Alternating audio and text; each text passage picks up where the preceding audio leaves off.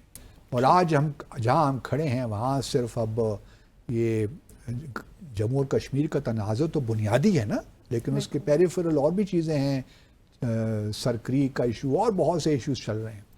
اچھا اس کے بعد دیکھیے جب 71 کی وار ہوتی ہے، یہ لوگ کہتے ہیں نا کہ پاکستان نے ہر جنگ شروع کی اور پاکستان کو منہ کی کھانی پڑی، ایسی بھی کوئی بات نہیں ہے. 65 میں تو ہم بھی ماشاءاللہ ایک لحاظ سے آپ کہہ سکتے ہیں کہ ٹکر کی جنگ تھی، برابر ہی تقریباً معاملات رہے. 71 میں تو انہوں نے ہماری فالٹ لائنز کو یقینی طور پہ ایکسپلائٹ کیا، مکتی بہانی وہاں انہوں نے بنائے، وہ بھی ایک لمبی کہانی ہے. لیکن وہ جنگ وہ انٹرنلی ہم ہارے، بھارت سے ہم نہیں ہارے، وہ ہمارے انٹرنل مسائل تھے. 71 کی وار کے بعد ہم نے دونوں ممالک نے ایک شملہ ایگریمنٹ 4 جولائی 1972 کو ہم سائن کرتے ہیں شملہ میں. اچھا شملہ ایگریمنٹ کو اگر آپ دیکھیے، اس میں پیراگراف 2 دیکھیے اور پھر آپ میرے خیال پیراگراف 5(2) ہے، اس کو آپ دیکھیے تو اس میں بڑے واضح طور پہ لکھا ہے کہ دونوں ممالک اس بات کو پہ کمٹ کرتے ہیں کہ ہم یونیلیٹرلی جو بھی ہماری گراؤنڈ سچویشن ہے، چاہے وہ لائن آف کنٹرول میں ہے یا چاہے کشمیر کے اندر حالات ہیں، ہم ان کو یک طرفہ طور پہ تبدیل نہیں کریں گے. یہ شملہ ایگریمنٹ باقاعدہ لکھا ہوا ہے.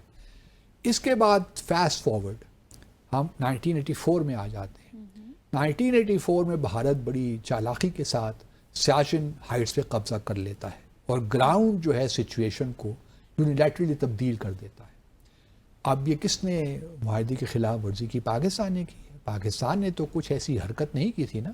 اس کے بعد ہم نے سوچا اور ہم نے راجیو گاندھی جب پاکستان آئے اس وقت ہماری بے نظیر تھیں پرائم منسٹر، تو ایک معاہدہ ہو رہا تھا کہ سیاچن سے دونوں جو اطراف سے فوجیں ہیں وہ چلی جائیں.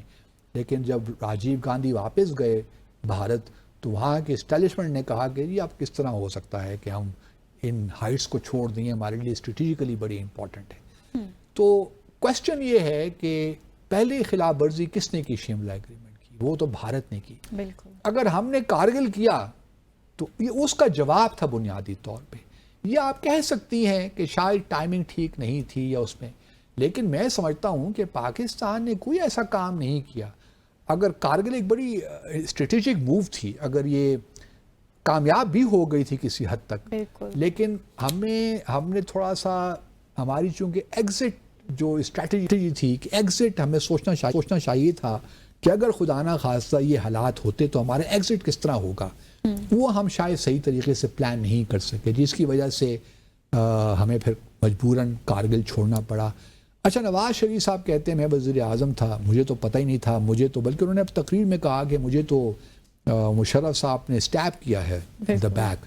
اور لیکن جو میری معلومات ہیں اس وقت جو ہمارے فارن سیکرٹری تھے امبیسڈر شمشاد احمد خان صاحب، انہوں نے کئی بار یہ کہا بھی ہے کہ وہ جو پرویز مشرف صاحب نے ان سے ہوتی رہی تو پرویز مشرف صاحب امپریشن ان کا یہی تھا ہمارے امبیسڈر شمشاد صاحب کا کہ نواز شریف صاحب کو بتایا گیا تھا کہیں فیبرری کے مہینے میں کہ یہ ہم کرنے جائیں گے، یہ آپریشن ہمارا ہوگا.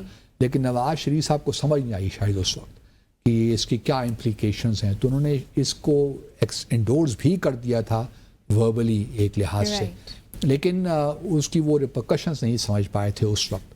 تو جب ان کو پتہ چلا تو پھر وہ جولائی میں چلے گئے. 4 جولائی کو جب یو ایس کا انڈیپینڈنس ڈے، تو 4 جولائی کو گئے، پریزیڈنٹ کلنٹن سے ملاقات ہوئی. تو اس کے بعد پھر آبویسلی ہم نے وڈرا کیا وہاں سے اور یہ کارگل کانفلکٹ ختم ہوا. میں یہ بالکل نہیں کہہ رہا کہ پاکستان اور بھارت کو اس طرح ہی اپنے معاملات حل کرنے چاہیے.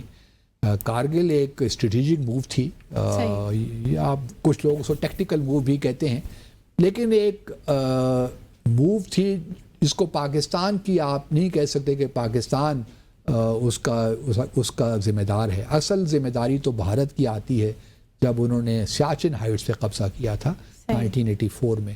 تو ہمارا یہ ریسپانس تھا ایکچولی اس کا. تو اب بہرحال یہ ایک آج 25 سال ہو گئے ہیں اس کو، ہمیں ضرور اس پہ ریفلیکٹ کرنا چاہیے. اگر ہم سے کوئی غلطی ہوئی ہے تو ضرور اس پہ ہمیں تھوڑی سی ریفلیکشن ہونی چاہیے.